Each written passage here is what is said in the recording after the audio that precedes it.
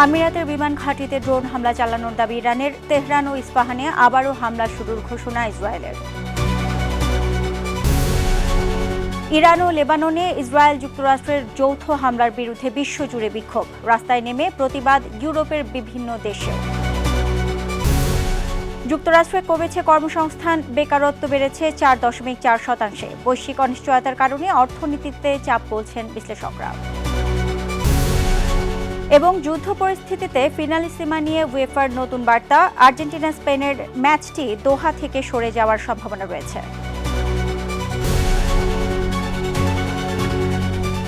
বিশ্বজুড়ে ঘটে যাওয়া দিনের গুরুত্বপূর্ণ ঘটনাবলী নিয়ে RTVর নিয়মিত আয়োজন সারাদিনের বিশ্বে আপনাদের সাথে রয়েছে আমি নুসরাত সুজানা। শনিবার আরব আমিরাতের আল দাফরা বিমান ঘাঁটিতে ড্রোন হামলা চালানোর দাবি করেছে ইরান। দেশটির দাবি 28 ফেব্রুয়ারি থেকে অন্তত 6,668টি বেসামরিক স্থাপনায় হামলা চালিয়েছে যুক্তরাষ্ট্র ও ইসরায়েল। এদিকে তেহরান ও ইস্পাহানে নতুন করে ব্যাপক আকারে বিমান হামলা শুরুর কথা জানিয়েছে ইসরায়েলি বাহিনী। এ নিয়ে বিস্তারিত জানাচ্ছেন আরাফাত ইয়াসার। 8 দিনে গড়ালো ইরান, ইসরায়েল ও যুক্তরাষ্ট্রের চলমান সংঘাত। রাত হলেই যেন আরও তীব্র হচ্ছে যুদ্ধের আগুন। সংযুক্ত আরব আমিরাতের একটি বিমান ঘাঁটিতে হামলা চালিয়েছে ইরান। সরকারি সংবাদ সংস্থা তাসনিম নিউজের এক প্রতিবেদনে এই দাবি করা হয়। প্রতিবেদনে বলা হয়, দেশটির ইসলামী বিপ্লবী গার্ড কোর IRGC আরব আমিরাতের আল ধাফরা বিমান ঘাঁটিতে ড্রোন হামলা চালিয়েছে। হামলায় একটি মার্কিন স্যাটেলাইট যোগাযোগ কেন্দ্র, সতর্কীকরণ এবং ফায়ার কন্ট্রোল র্যাডার ক্ষতিগ্রস্ত হয়েছে। শনিবার রাতেও ইরানের রাজধানী তেহরান সহ বেশ কয়েকটি স্থানে বড় ধরনের বিস্ফোরণের খবর পাওয়া গেছে। এর মধ্যে ব্যস্ততম মেহরাবাদ বিমানবন্দরেও হামলা চালানো হয়েছে। মার্কিন সামরিক বাহিনীর সেন্ট্রাল কমান্ড জানিয়েছে, এখন পর্যন্ত তারা 3000-এর বেশি লক্ষ্যবস্তুতে আঘাত করেছে। এমনকি ধ্বংস করা হয়েছে 43টি ইরানি যুদ্ধজাহাজ। এদিকে ইরানের সংবাদ সংস্থা ফার্স নিউজ জানিয়েছে, চলমান হামলায় দেশটির হাজার হাজার বেসামরিক স্থাপনা ক্ষতিগ্রস্ত হয়েছে। ইরানি রেড ক্রিসেন্ট সোসাইটির পরিসংখ্যান অনুযায়ী এখন পর্যন্ত 5535টি আবাসিক ভবন, 1041টি বাণিজ্যিক প্রতিষ্ঠান, 14টি চিকিৎসা কেন্দ্র, 65টি বিদ্যালয় এবং রেড ক্রিসেন্ট সোসাইটির 13টি কেন্দ্র ক্ষতিগ্রস্ত হয়েছে। হামলার সময় বেশ কিছু উদ্ধারকারী ও ত্রাণবাহী যানবাহনও ধ্বংস করা হয়েছে। এমনকি এ হামলায় আহত হয়েছেন উদ্ধার অভিযানে নিয়োজিত বেশ কয়েকজন কর্মী।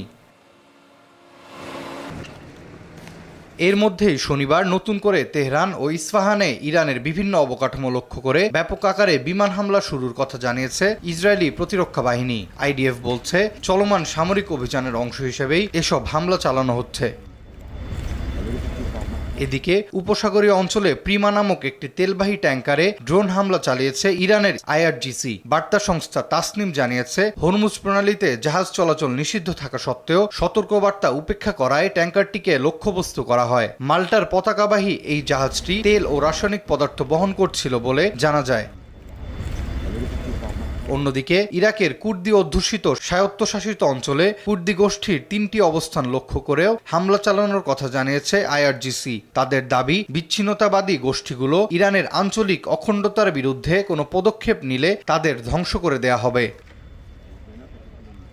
তবে উত্তেজনার মধ্যেই ইরানের প্রেসিডেন্ট মাসুদ পেজেশকিয়ান জানিয়েছে, প্রতিবেশী দেশগুলো থেকে ইরানের ওপর হামলা না হলে সেসব দেশের বিরুদ্ধে আর কোনো আক্রমণ চালানো হবে না। সাম্প্রতিক হামলার জন্য প্রতিবেশী দেশগুলোর কাছে দুঃখ প্রকাশও করেছেন তিনি।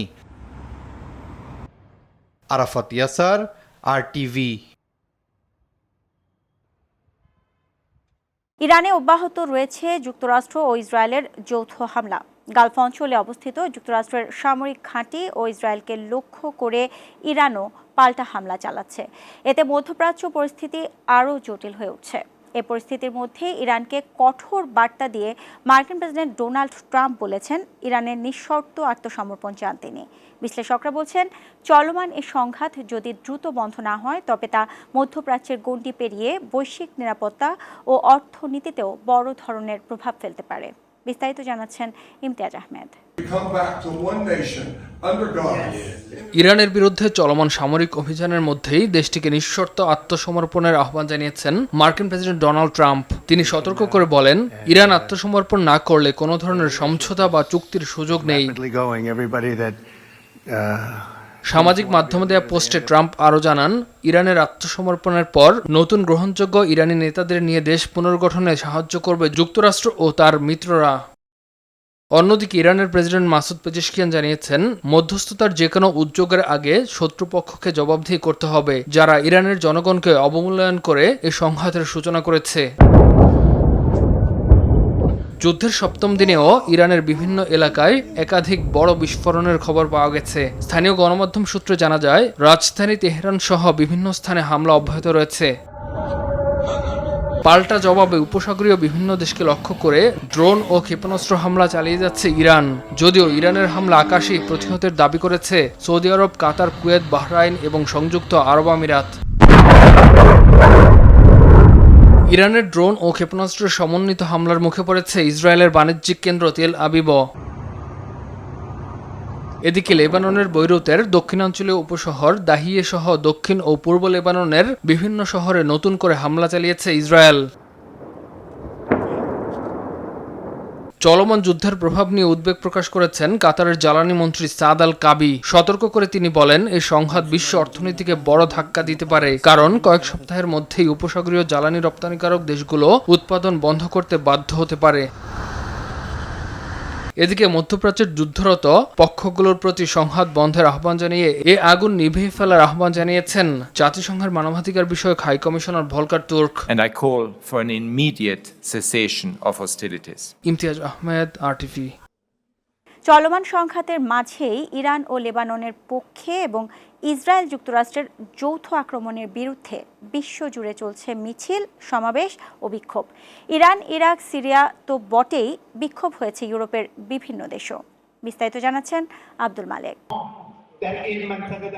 মার্কিন ইসরায়েলি হামলার প্রতিবাদে বিক্ষোভ করেছে ইরানের হাজারো মানুষ। ইরানের পতাকা উড়িয়ে মার্কিন যুক্তরাষ্ট্র নিপাত যাক স্লোগানে মুখরিত হয়ে ওঠে সমাবেশস্থল। এ সময় ইরানের সাবেক সর্বোচ্চ নেতা আয়াতুল্লাহ আলী খামেনির মৃত্যুতে গভীর শোক জানায় সমাবেশে জড়ো হওয়া হাজারো জনতা।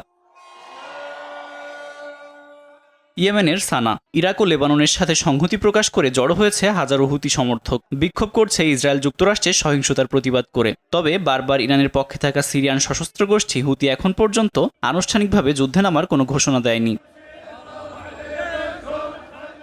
ইরানের সমর্থনে বিক্ষোভ সমাবেশ হয়েছে ইরাকের রাজধানী বাগদাদের তাহরির স্কোয়ারেও। সমাবেশে ইরানের পতাকা উড়িয়ে ও প্রয়াত সর্বোচ্চ নেতা আয়াতুল্লাহ আলী খামেনির পোস্টার বুকে নিয়ে প্রকাশ করছে শোক ও প্রতিবাদ। শুধু ইসলামিক রাষ্ট্রগুলোই নয়, বিক্ষোভ সমাবেশ হয়েছে ইউরোপের বিভিন্ন দেশেও। ইরানের বিরুদ্ধে মার্কিন ইসরায়েলের যৌথ হামলার পর বিশ্বব্যাপী বিক্ষোভের ধারাবাহিক অংশ হিসেবে ফ্রান্সের প্যারিসেও হয়েছে বিক্ষোভ। ইরানি, লেবানিজ এবং ফিলিস্তিনের পতাকা উড়িয়ে বিশ্বব্যাপী আগ্রাসন বন্ধের আহ্বান জানান উপস্থিত জনতা। এছাড়া বিভিন্ন সময়ে ইরানের সমর্থনে বিশ্বব্যাপী মুসলিম দেশগুলোতে চলছে সমাবেশ, মিছিল ও বিক্ষোভ। আব্দুল মালেক, RTV। ইরানে চলমান উত্তেজনার প্রেক্ষাপটে জরুরি বৈঠক করেছেন সৌদি আরব ও পাকিস্তান।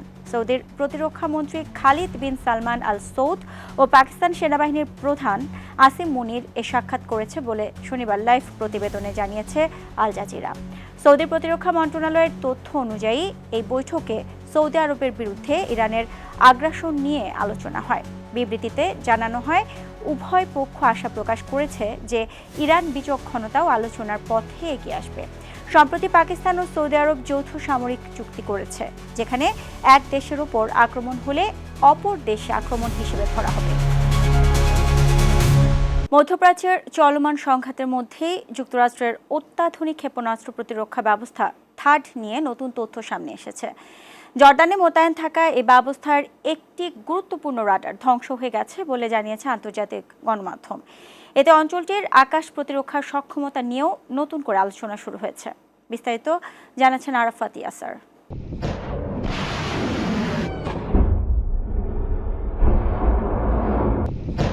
যুদ্ধের অষ্টম দিনে নতুন করে আলোচনা এসেছে যুক্তরাষ্ট্রের উন্নত ক্ষেপণাস্ত্র প্রতিরক্ষা ব্যবস্থা। মার্কিন সংবাদ মাধ্যম CNN জানিয়েছে, জর্ডানের মুয়াফাক সালতি বিমান ঘাঁটিতে মোতায়েন থাকা terminal high altitude air defence THAAD ক্ষেপণাস্ত্র প্রতিরক্ষা ব্যবস্থার একটি গুরুত্বপূর্ণ ANTPY-2 রাডার ধ্বংস হয়ে গেছে। বাণিজ্যিক স্যাটেলাইট থেকে পাওয়া ছবিতেও এই রাডার ও এর আনুষঙ্গিক সরঞ্জাম ধ্বংস হওয়ার চিত্র দেখা গেছে। মার্কিন কর্মকর্তারাও জানিয়েছেন যুদ্ধের শুরুর দিনগুলোতেই রাডারটি ধ্বংস হয়েছে। যুক্তরাষ্ট্রভিত্তিক গবেষণা প্রতিষ্ঠান foundation for defence of democracies বলছে জর্ডানে ইরানের 2টি হামলার ঘটনা ঘটেছে, একটি 28 ফেব্রুয়ারি এবং অন্যটি 3 মার্চ। যদিও সে হামলা প্রতিহত করা হয়েছে বলে দাবি করা হয়েছিল। বিশ্লেষকদের মতে যদি এই তথ্য সত্যি হয় তবে এটি হবে ইরানের অন্যতম সফল সামরিক আক্রমণ, কারণ থার্ড ব্যবস্থা মূলত বায়ুমণ্ডলের একেবারে শেষ সীমানায় ব্যালিস্টিক ক্ষেপণাস্ত্র ধ্বংস করতে সক্ষম। ফলে এটি প্যাট্রিয়ট ব্যাটারির চেয়েও জটিল ও কঠিন হুমকি মোকাবেলায় গুরুত্বপূর্ণ ভূমিকা রাখে। তবে একটি রাডার হারালেও যুক্তরাষ্ট্র তাদের মিত্রদের কাছে আরও প্রতিরক্ষা ব্যবস্থা রয়েছে বলে জানিয়েছেন সামরিক বিশ্লেষকেরা। এখন এই অঞ্চলে ক্ষেপণাস্ত্র প্রতিরোধের দায়িত্ব মূলত প্যাট্রিয়ট ব্যবস্থার ওপর পড়তে পারে, যদিও এর PSC-3 ক্ষেপণাস্ত্রের মজুদ ইতোমধ্যেই কমে যাওয়ার আশঙ্কা তৈরি হয়েছে। বিশেষজ্ঞরা বলছেন বিশ্বজুড়ে যুক্তরাষ্ট্রের হাতে বর্তমানে মাত্র 8টি থার্ড প্রতিরক্ষা ব্যাটারি রয়েছে, যার প্রতিটির দাম প্রায় $100 কোটি। এর মধ্যে শুধু রাডারটির দামই প্রায় $30 কোটি। ফলে এমন কৌশলগত সম্পদ হারানো যুক্তরাষ্ট্রের জন্য বড় ধাক্কা হতে পারে।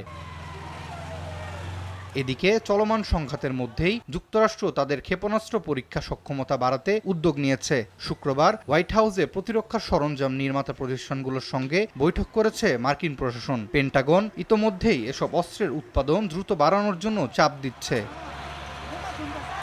আরাফাত ইয়াসার, RTV। মধ্যপ্রাচ্যের যুদ্ধ পরিস্থিতির বর্তমান বাস্তবতায় ঝুঁকির মুখে পড়েছে ফিনালিসিমা। দক্ষিণ আমেরিকার চ্যাম্পিয়ন আর্জেন্টিনা ও ইউরোপের বর্তমান চ্যাম্পিয়ন স্পেনকে নিয়ে 27 মার্চ কাতারে হতে যাওয়া এই ম্যাচটি দোহা থেকে সরে যাওয়ার সম্ভাবনা রয়েছে। বিকল্প হিসেবে ইউরোপের কোনো একটি দেশে খেলাটি হতে পারে বলে জানা গেছে। তবে এই বিষয়ে আগামী সপ্তাহে চূড়ান্ত সিদ্ধান্ত আসবে। এদিকে মধ্যপ্রাচ্যে ইরান ও ইসরায়েল যুক্তরাষ্ট্রের মধ্যকার এই সংঘাত পরিস্থিতিতে স্প্যানিশ ফুটবলারদের সংগঠন AFE ম্যাচটি সরিয়ে নেওয়ার দাবি জানিয়েছে। বিস্তারিত মাহফুজুল ইসলামের রিপোর্টে। মেসি ইয়ামালের লড়াই দেখার স্বাদ মনে হয় পূরণ হচ্ছে না মধ্যপ্রাচ্যের ফুটবল ভক্তদের। এই দৌড়ত কাতারের লুজাইলে মঞ্চস্থ হবার সম্ভাবনা ধীরে ধীরে কমছে। আমেরিকা ইসরায়েলের চাপিয়ে দেওয়া যুদ্ধের রেশ এখনো পুরো মধ্যপ্রাচ্য জুড়ে। গলফ এলাকায় মার্কিন ঘাঁটিগুলোতে ইরানের একের পর এক হামলায় বিপর্যস্ত পুরো আরব। কাতারে মার্কিন ঘাঁটিতে হামলার পর সব ফুটবল ম্যাচ স্থগিতের ঘোষণা দেয় কাতার সরকার। এমন পরিস্থিতিতে 27 মার্চ লুজাইলে এই জমজমাট ম্যাচ আয়োজন এখন মুখ থুবড়ে পড়ার অবস্থায়। উয়েফা এখনো আনুষ্ঠানিক ঘোষণা দেয়নি। সংস্থাটি জানিয়েছে আগামী সপ্তাহের মধ্যেই আসবে চূড়ান্ত সিদ্ধান্ত। এদিকে ম্যাচটি সরিয়ে নিতে এরই মধ্যে দাবি জানিয়েছে স্পেনের পেশাদার ফুটবলারদের সংগঠন AFE। তারা জানিয়েছে এমন ভয়াবহ যুদ্ধ পরিস্থিতিতে তারা মধ্যপ্রাচ্যে গিয়ে খেলবে না। এমন পরিস্থিতিতে ম্যাচটি নিয়ে দেখা দিয়েছে শঙ্কা। শেষ পর্যন্ত যুদ্ধ পরিস্থিতি স্বাভাবিক না হলেও মেসি ইয়ামালের লড়াইটি লন্ডন, মিলান বা রোমে সরে যাওয়ার সম্ভাবনা রয়েছে। এদিকে 31 মার্চ কাতারের বিপক্ষে আর্জেন্টিনার একটি পূর্ব নির্ধারিত প্রীতি ম্যাচের ভবিষ্যৎ অনিশ্চিত। মাহফুজুল ইসলাম, RTV। যুক্তরাষ্ট্রের নিউ ইয়র্ক সিটিতে গাড়ির ধাক্কায় নিহত 4 বছর বয়সী শিশুর পরিচয় প্রকাশ করেছে সিটি পুলিশ NYPD। নিহত শিশুর নাম জাকারিয়া পাদিলা। সে সিটির ব্রুকলিনের বাসিন্দা বলে জানিয়েছে পুলিশ। গত বৃহস্পতিবার বেলা 11টার দিকে রক অ্যাওয়ে পার্কওয়ে ও লিন্ডেন বুলেভার্ড সংযোগস্থলের কাছে ওই শিশুটি মায়ের কাছ থেকে হঠাৎ দৌড়ে রাস্তায় চলে গেলে একটি গাড়ি তাকে ধাক্কা দেয়। পরে আরেকটি বড় গাড়ি তাকে প্রায় 150 ফুট দূরে টেনে নিয়ে যায়। দুর্ঘটনার পর তার মা দ্রুত তাকে হাসপাতালে নিয়ে যান। তবে সেখানকার কর্তব্যরত চিকিৎসক তাকে মৃত ঘোষণা করেন। এদিকে দুর্ঘটনার পর পালিয়ে যান গাড়ির চালক। পুলিশ সিসিটিভি ফুটেজের মাধ্যমে তাকে শনাক্ত করার চেষ্টা করছে। নিউ ইয়র্ক সিটির পরিসংখ্যান অনুযায়ী রক অ্যাওয়ে পার্কওয়ে ও লিন্ডেন বুলেভার্ড মোড়টি নিউ ইয়র্কের অন্যতম ঝুঁকিপূর্ণ সংযোগস্থল। গত 4 বছরে সেখানে অন্তত 30 জন পথচারী গাড়ি বা ট্রাকের ধাক্কায় আহত হয়েছেন। যুক্তরাষ্ট্রের নিউ ইয়র্ক সিটিতে রাতভর ভারী বৃষ্টিপাত ও বরফ গলার কারণে কয়েকটি সড়কে জলাবদ্ধতা সৃষ্টি হয়েছে। শুক্রবার সকালে শহরের গুরুত্বপূর্ণ কিছু সড়কে পানি জমে যান চলাচলে বিঘ্ন ঘটে। শহরের কুইন্স এলাকার রক অ্যাওয়ে বুলেভার্ড ও সড়কের একটি অংশ বৃষ্টির সময় প্রায় পুকুরের মতো হয়ে যায়। এ সময় ব্রুকভিল বুলেভার্ড সড়কে একটি ব্যক্তিগত গাড়ি পানিতে আটকে পড়ে বলে পুলিশ জানিয়েছে। গাড়ি চালক হারু সিং বলেন, তিনি পানির মধ্য দিয়ে যাওয়ার সময় গাড়ির ইঞ্জিন কাঁপছিল। তিনি সামনে যেতে পারছিলেন না। ভারী বৃষ্টি হলে প্রায় এ ধরনের সমস্যা দেখা দেয় বলে জানান তিনি। এদিকে এই পরিস্থিতিতে চালকদের জলাবদ্ধ বা ভেজা সড়কে চলাচলের সময় অতিরিক্ত সতর্কতা অবলম্বনের আহ্বান জানিয়েছেন new York city police department. New York সিটিতে এ সপ্তাহান্তে তুষারপাতের সম্ভাবনা নেই, তবে আবহাওয়া শান্ত থাকবে না বলে জানিয়েছে আবহাওয়া অফিস। শনিবার রাত 9টার দিকে ত্রিরাজ্য এলাকায় জুড়ে বজ্রসহ বৃষ্টির পূর্বাভাস দিয়েছে আবহাওয়া অফিস। এর আগে শুক্রবার যুক্তরাষ্ট্রের মধ্য পশ্চিমাঞ্চলে শক্তিশালী ঝড় আঘাত হানে। যুক্তরাষ্ট্রের চলতি কর মৌসুমে গড় ট্যাক্স রিফান্ডের পরিমাণ বেড়েছে। ইন্টারনাল রেভিনিউ সার্ভিসের সর্বশেষ তথ্য অনুযায়ী গত বছরের একই সময়ের তুলনায় গড় ট্যাক্স রিফান্ড প্রায় 10.6% বেড়েছে। গত 27 ফেব্রুয়ারি পর্যন্ত ব্যক্তিগত করদাতাদের গড় ট্যাক্স রিফান্ড দাঁড়িয়েছে $3,742, যা গত বছর একই সময়ে ছিল $3,382। সাধারণত ফেব্রুয়ারির মাঝামাঝি সময়ে ট্যাক্স রিফান্ডের পরিমাণ বেশি থাকে। পরে কর জমা দেওয়ার শেষ সময় যত এগিয়ে আসে, গড় রিফান্ড ধীরে ধীরে কমতে থাকে।